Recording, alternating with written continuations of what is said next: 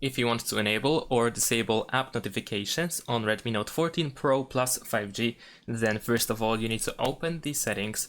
Then in the settings we need to find and go to notifications and status bar, and then over here go to app notifications. Over here you will find the list of notifications that are enabled or disabled for a specific app. So if you want to completely enable or disable notifications from an app, then you can tap on the switcher on the right side in order to do so.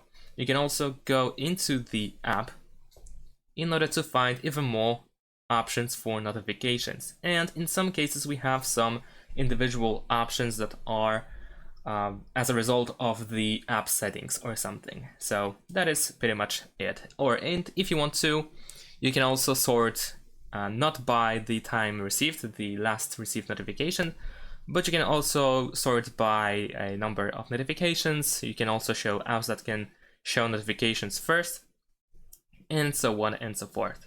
And that is pretty much it. Thanks for watching, leave a like and subscribe to my channel, and see you in my next videos. Bye!